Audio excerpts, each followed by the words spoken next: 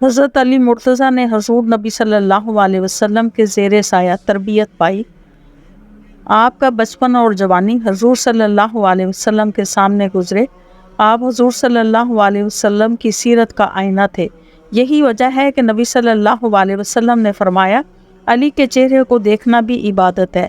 حضرت علی مرتضیٰ قرآن مجید کے حافظ تھے اور قرآن مجید کے معانی و مطالب پر آپ کو عبور حاصل تھا۔ آپ علم فقہ کے ماہر تھے اور مشکل سے مشکل فیصلے بھی قرآن و سنت کی روشنی میں حل کر لیتے تھے۔ آپ کے بارے میں حضور صلی اللہ علیہ وسلم کا فرمان ہے، میں علم کا شہر ہوں اور علی اس کا دروازہ ہے۔ حضرت علی مرتضیٰ سے 586 احادیث بھی مروی ہیں۔ حضرت علی مرتضیٰ نے اپنی ساری زندگی رزق حلال کما کر کھایا اور محنت مزدوری میں کبھی کوئی آر محسوس نہیں کرتے تھے۔ ایک مرتبہ گھر میں کھانے کو کچھ نہ تھا تو مدینہ منورہ کے اطراف میں تشریف لے گئے اور ایک بوڑھی عورت نے آپ کو کھیت میں پانی لگانے کے اس چند کھجوریں بطور مزدوری دینے کے لیے کہا، جسے آپ نے قبول کر لیا۔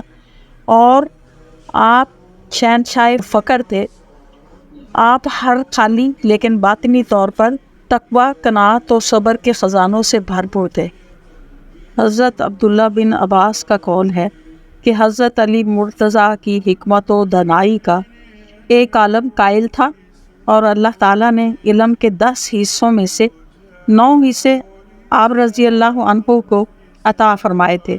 حضرت علی المرتضیٰ کا قول ہے کہ قرآن مجید کی کوئی آیت ایسی نہیں ہے جس کے بارے میں مجھے معلوم نہ ہو کہ وہ کب اور کہاں نازل ہوئی اور اس آیت کے معنی و مطالب کیا ہے۔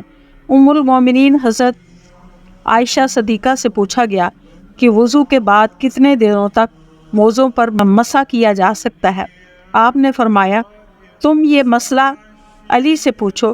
جب حضرت علی مرتضیٰ سے پوچھا گیا تو آپ نے فرمایا، مسافر پر 3 دن اور 3 رات اور مقیم پر 1 دن اور 1 رات موزوں پر مسح کرنا جائز ہے۔ ایک روایت میں آتا ہے کہ ایک مرتبہ ایک یہودی حضرت علی مرتضیٰ کی خدمت میں حاضر ہوا اور اس کی داڑھی مختصر تھی۔ اس نے آپ سے کہا کہ آپ کی داڑھی گھنی ہے اور آپ کا دعویٰ ہے کہ قرآن مجید جامع العلوم ہے۔ اگر قرآن مجید جامع العلوم ہے تو کیا قرآن مجید میں آپ کی گھنی داڑھی اور میری مختصر داڑھی کا علم موجود ہے؟ آپ رضی اللہ عنہ نے قرآن مجید کی آیت ذیل تلاوت کی۔ اس کا ترجمہ ہے، جو اچھی زمین ہے اس کا سبزہ اللہ کے حکم سے خوب نکلتا ہے اور جو خراب زمین ہے اس میں سے تھوڑا مشکل سے نکلتا ہے۔ پھر آپ نے فرمایا، اے یہودی، وہ اچھی زمین میری تھوڑی ہے جبکہ خراب زمین تیری تھوڑی ہے۔ حضور صلی اللہ علیہ وسلم کے وصال کے تقریباً 10 دن بعد ایک اعرابی مسجد نبوی کے دروازے پر آیا۔ اس اعرابی نے اپنا چہرہ چھپا رکھا تھا۔ اس اعرابی نے حضور صلی اللہ علیہ وسلم کے وصال پر افسوس کرتے ہوئے دریافت کیا، حضور صلی اللہ علیہ وسلم کے وصی کون ہیں؟ حضرت سیدنا ابو بکر صدیق نے حضرت علی مرتضیٰ کی طرف اشارہ کر دیا۔ اس اعرابی نے آپ کی جانب توجہ کرتے ہوئے سلام کیا اور آپ نے اس کے سلام کا جواب دیتے ہوئے اس اعرابی کو اس کے نام سے پکارا۔ اعرابی نے جب آپ کے منہ سے اپنا نام سنا تو وہ حیران ہو گیا اور پوچھنے لگا کہ آپ کو میرے نام کے متعلق کیسے معلوم ہوا؟ آپ رضی اللہ عنہ نے فرمایا، مجھے حضور صلی اللہ علیہ وسلم نے تمہارے نام اور تمہارے حال کی خبر دی تھی۔ آپ نے فرمایا، تمہارا نام مظہر ہے اور تم عرب سے تعلق رکھتے ہو۔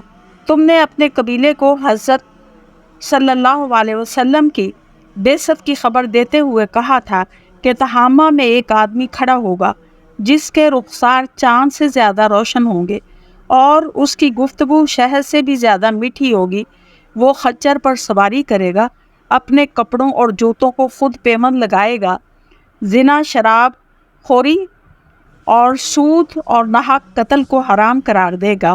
وہ خاتم الانبیاء ہوگا اور وہ رمضان المبارک کے روزے رکھے گا۔ اور بیت اللہ کا حج کرے گا، نماز پنجگانہ ادا کرے گا، اے گروہ اس پر ایمان لے آؤ اور اس کی تصدیق کرو۔ پھر تمہاری قوم نے تمہاری ان باتوں کو سن کر تمہیں قید میں ڈال دیا۔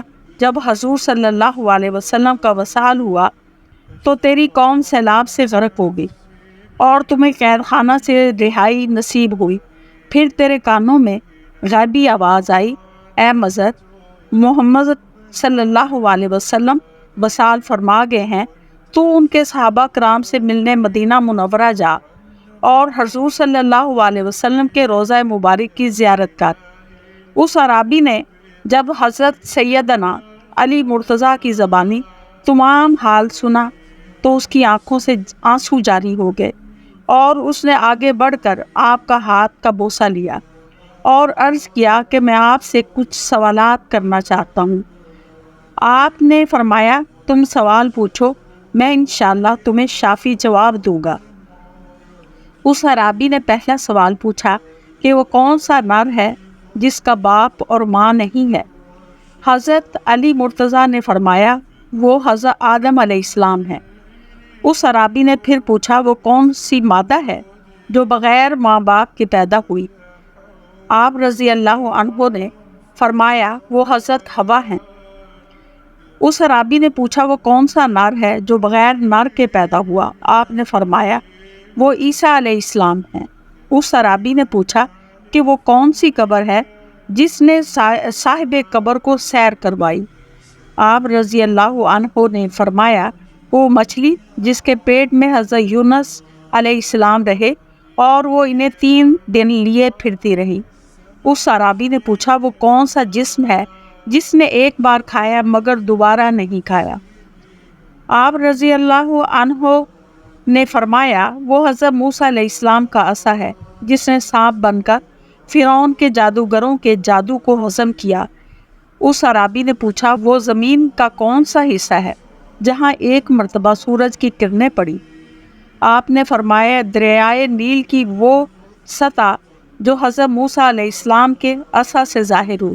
اس عرابی نے پوچھا وہ کون سا پتھر ہے جس سے جاندار پیدا ہوا؟ آپ رضی اللہ عنہ نے فرمایا حضرت صالح علیہ السلام کی اونٹنی۔ اس عرابی نے پوچھا وہ کون سی عورت ہے جس نے 3 ساعات میں بچہ پیدا کیا؟ آپ نے فرمایا حضرت مریم علیہ السلام۔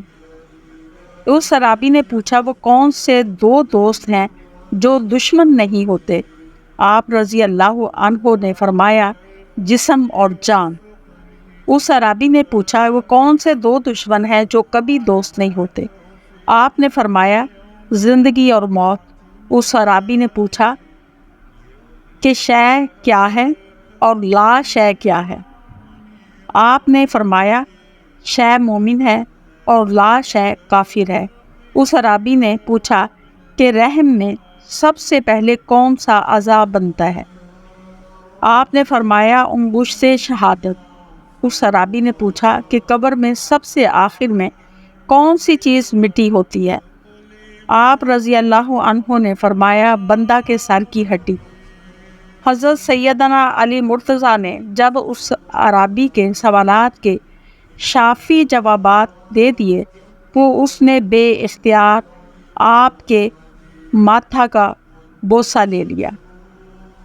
حضرت علی علیہ السلام جو ہیں زیادہ وہ علم رکھنے والے تھے اور ہر سوال کا جواب ان کے پاس موجود ہوتا تھا، اور بہت سارے لوگ جو ہیں آپ سے اپنے سوالات بھی پوچھتے اور اپنے مقدمات کے فیصلے بھی کروایا کرتے تھے، کیونکہ اللہ نے انہیں ذہانت و فطانت عطا فرمائی تھی۔ وآخر دعوانا الحمدللہ رب العالمین۔